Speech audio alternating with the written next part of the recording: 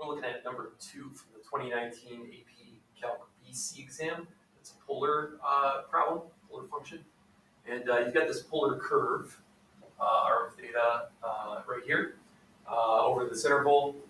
And it's a calculator question. So you can graph it. You can actually produce that graph on your calculator in polar mode if you like, although you don't actually need to do that. In fact, most of the stuff that we might want to do on the calculator might be better done in function mode, Cartesian system. Anyway, but let's just look at how we're going to set these up. First question is find the area of region S. It's like a petal-shaped region there. And the formula for finding the area of a polar region is 1/2 times r squared, basically. So r of theta squared. Since r of theta is given here in function notation, it's like the name of a function, you can actually just do r of theta quantity squared instead of writing out the function, if you like. That's going to be d theta, and of course the limits of integration, right? We're going from 0 to radical pi. Those are the boundaries on theta for region S. So from 0 to the square root of pi. So we can actually put that function in our calculator and integrate it that way. I'll go ahead and do that. I have the function in as y1 here in function mode. And you do want to be in this mode. You don't want to be in polar mode to run the integral. Well, I guess you could actually. You could do it. You can't do it from the graph, but you can do it from the main screen. If I do math 9, that's an integral, and limits of integration, 0 to radical pi. And then for my function, I'm going to use y1. So I go to alpha trace and pull up the y functions, and it was y1, and dx. And I'm sorry, y1, that should be squared, right? Because our integral is of r squared. And on top of that, we also have to multiply by 1/2. Normally I would put it out front, but I can insert it there. I'm just going to go ahead and divide by 2 at the end, and then we'll do the same thing. Hit enter, and we get that answer. And just to point out, we could have done this with polar mode as well. Let me go ahead and do math 9 again. Actually, you know what, I'm just going to do second enter. It'll be a little quicker. I don't have to keep re-entering all that stuff. And if I go in and just change that y1 to a polar variable, and to do that, I'll just go to the variables menu here, y variables, polar, choice 3 here, and use r1. And we'll have to change this x here to our theta. And for that, I guess I want to do polar mode, so it pulls theta there. There might be another way to get that, but this is the way I know to do it. So if I were in polar mode, r1 is in terms of theta. Then r1 squared, d theta, and this should work too. Sure enough, same answer. So 3.534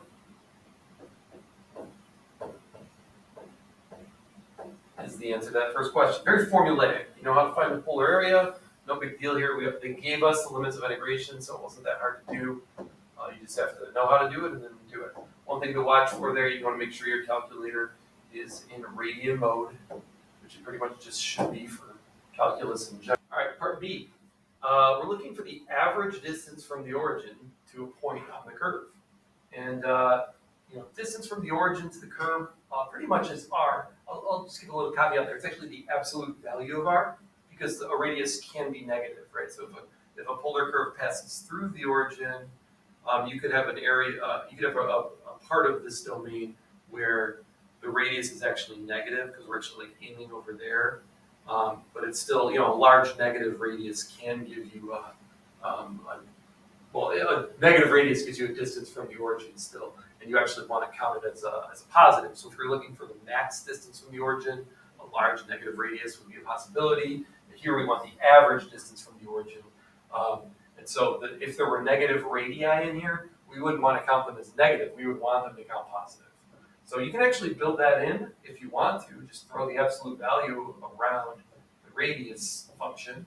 Or in this problem, since r is greater than or equal to 0 the whole time for the interval in question, you don't need to, right? So R starts at 0, goes through these positive values, and comes back to 0.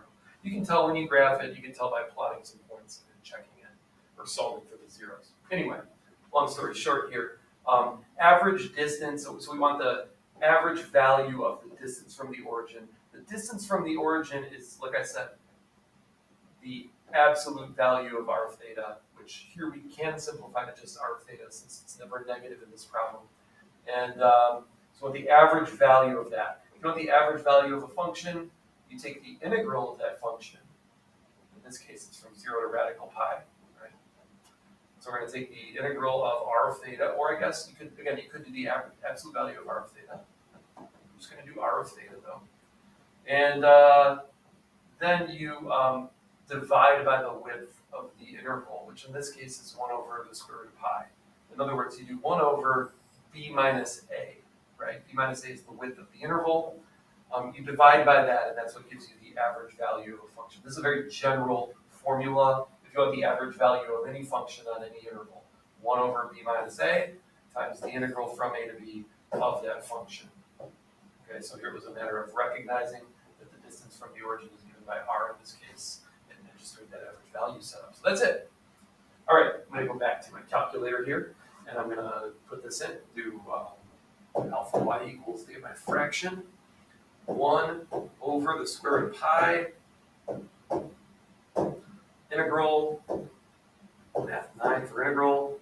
We're going from 0 to square root of pi. And then in the integral, I just want r of theta. So I can do r1 or I can do y1 because I have both in the calculator right now. I'm just going to do y1 because I'm generally more accustomed to that. Variables, y variables, function y1, or you can do alpha trace. You get there in 3 button pushes instead of 4. Ooh, I did switch to polar mode a minute ago. I'm going to go back to function mode so that when I hit that variables button, it's going to give me an x instead of a theta.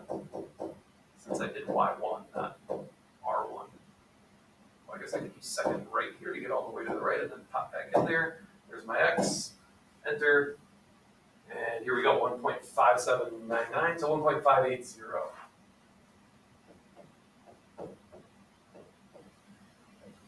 Part C. All right, on this one, we're trying to find a line through the origin that divides S into 2 regions with equal areas. I'm just going to kind of sketch something here. In other words, some line right around there, and it has a positive slope of m. So this line is just y equals mx because it passes through the origin, right? Write but do not solve an equation involving one or more integrals whose solution gives the value of m. And it's a little tricky. You want to think in terms of polar areas here, right? You don't want to kind of get bogged down in, I don't know, I feel like there's a few different ways that might be tempting to think about this the wrong way. I won't go down that path. Let's focus on the right way. When you're doing polar areas, in Cartesian areas, we think of the rectangles kind of like under the curve, right? In polar areas, we think of sectors, like little, and they're not exactly sectors of a circle, right? Because this isn't a circle curve, but the idea is as you use like a more infinitesimal theta, right? These little teeny tiny changes in theta, these bits of curve are closer, I guess, to a circle sector. And so that's how the area formula for polar works. So we're looking at our divisions are thetas, and our little pieces of area are circle sectors. So that's what you want to be thinking about as you set this up. And so what you really need there is not n, right, for y equals mx. I mean, that is the thing that we need to kind of isolate at the end is m. But what we really need is this theta, right? That's kind of how you want to think of setting up your areas. So the first thing I'm going to do is think about it this way. I'm just going to call this theta. This is a specific theta, so I'll call it theta 1.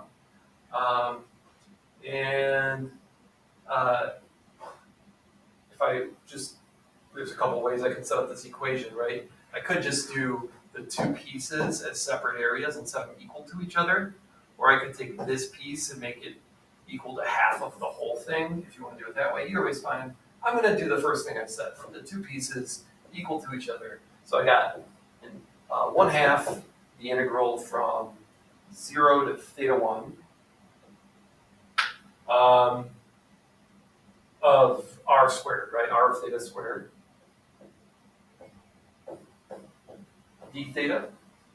That's the area of the kind of bottom right piece of that petal as I divided it, and equals 1/2 the integral from theta 1 up to this angle here, which is the end of the domain near the radical pi.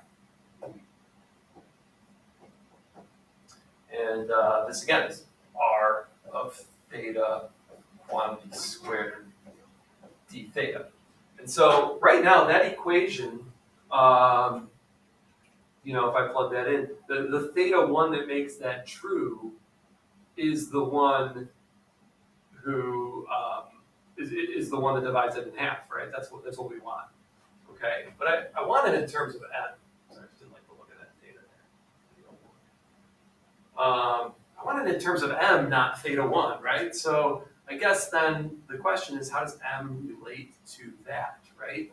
And for that, I think what we need to do is focus on this point, since this is a point on the curve, and it's got something in common here, right? It's on the line y equals mx, so I can relate it to m, but it's also on this ray from the standard position here with angle theta 1. So it's related to both, and if we just drop an altitude there,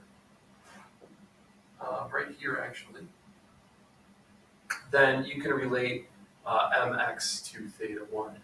M, of course, is the slope of this line, so it's the change in y over the change in x. It's the tangent of theta 1, right? I mean, that's what the tangent function gives you is the slope of these lines. I don't know if you ever thought of it that way or not, but so tangent of theta 1 is m, right? It's a change in y, the opposite, over the change in x, the adjacent side of this triangle to this angle here, which we're calling theta 1. So that's what we want. That's the slope. So what is m then? Well, m is, I'm sorry, I just said it. M is tangent of theta 1. That's what it is. All right. So now, I guess what I meant to say there, what is theta 1 in terms of m? It's the arctan of m. And since we're dealing with angles here, this angle is definitely in the first quadrant, right? So we don't have to worry about like domain and range issues here with the inverse tangent function. So we can actually just use inverse tangent of m for these two theta 1 values, and we should be good to go. So I'm going to actually just change those.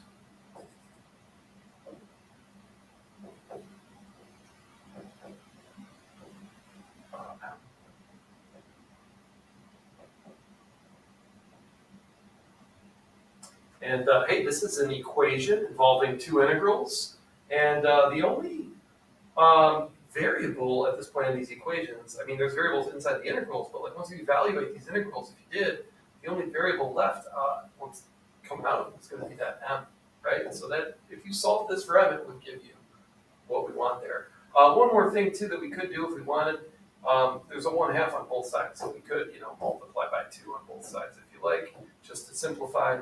I'm going to go ahead and do that. Simplifying is usually a good thing to do. And so I think this is a good answer to this question. Okay, part D. For k greater than 0, let A of k be the area of the portion of the region S that is also inside the circle r equals k cosine theta. Find the limit as k approaches infinity of A of k. So this one's tricky and kind of, I think, unique. I haven't seen a question like this on another AP FRQ.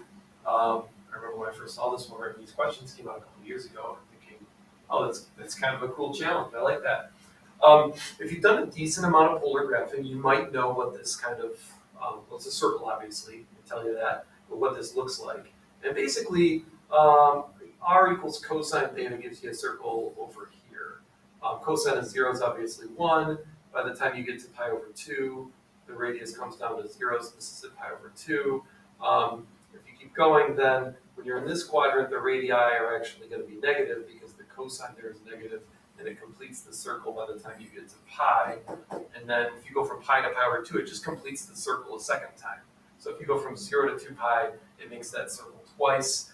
And the radius of that circle is, well, I guess the radius is 1/2. The diameter is 1 because it goes, out to 1 at a max if it's r equals cosine theta. But if it's k cosine theta, then this distance becomes k. That's the diameter of that circle. So that's the first thing you need to understand. Now, if you didn't know all that, if you're like, I never really actually learned how to graph polar functions by hand, that's fine, because this is a calculator question. So you can screw around with it a little bit. It does tell you that it's a circle, so that's nice of them. And if you graph a couple, here I've got the functions in here. R1 is my, I'm just going to switch this to kind of a normal curve, but to the circle line. Anyway, R1 is the main function here, and then R2, I've got 1 cosine theta right now. And if you graph it, there's that petal looking thing, and then that doesn't look much like a circle, but that's because my y and x windows are a little skewed, and also because my theta is only going from 0 to radical pi as was given. If I wanted to go from 0 to 2 pi, or just even 0 to pi, you'd see the full red circle. The thing is, I don't need it, because it stops after it's done kind of intersecting with the blue graph anyway, right? So as long as I'm comfortable with the fact that the rest of that circle is still there, it's just not being shown with this domain, I can tell it's part of the circle, I'm fine. But what happens then is, if you start plugging in different values for k there, if you go in here and instead of 1 cosine theta, maybe you make it 2 cosine theta, I don't know how many of these you want to do, but you can start to see that it goes up to 2, and it goes up to +1 and down to -1 on the y-axis if you do that, and it just keeps getting bigger, right, as you put in bigger numbers there. So that was 2. If I put in 10, let's say, then see what that does. Yeah, it's getting bigger, and so it seems tricky. Like how big does it get? Well, I guess it'll get infinitely large, right? As k goes to infinity. And what does it do to that shape and how much of it it's taking up? So let's get away from the calculator for a minute and kind of look at our graph here. And I guess the thing is, as k goes to infinity, that diameter, that radius, they're both going to infinity, this circle is just going to go really far up here. Now, it is going to deviate from the y-axis instantly, right? As soon as you go up from the origin, it's not going to be right on the y-axis. But if k is really, really large, you won't see that, right? The bigger k gets, the longer that this circle hugs the y-axis. And just imagine the biggest circle you can imagine and realize it could get bigger than that. Basically what's happening is this is approaching, it's approaching the y-axis, that part of the circle is. And so this limit is really, it's basically approaching this line right here. And so what we're asked to do is identify the area of the portion of S that's inside the circle. That's going to be this portion right here, right? We're basically just cutting off this little sliver over here. We're approaching including that part I outlined in red. We'll never quite get there. There's always going to be at least a teeny tiny gap up here. And you just, if you put in a big enough K, you're not going to even see it, right? So anyway, that makes it an easier problem now. If you made sense of that, all we need now is the area of r of theta, the area enclosed by r of theta from 0 to pi now, or sorry, 0 to pi over 2 now.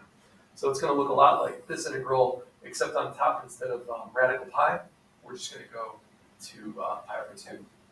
So 1/2 times the integral from 0 to pi over 2 of r of theta quantity squared d theta. And it says find that limit, so they do actually want us to compute it. We'll go ahead and do that. My calculator, I quit out of the graph mode now, and I'm in polar mode right now, so I'll just go ahead. I'm going to go ahead and steal this input up here when I did it in polar mode, and the only thing I have to change is that radical pi. I want to make that instead a pi over 2.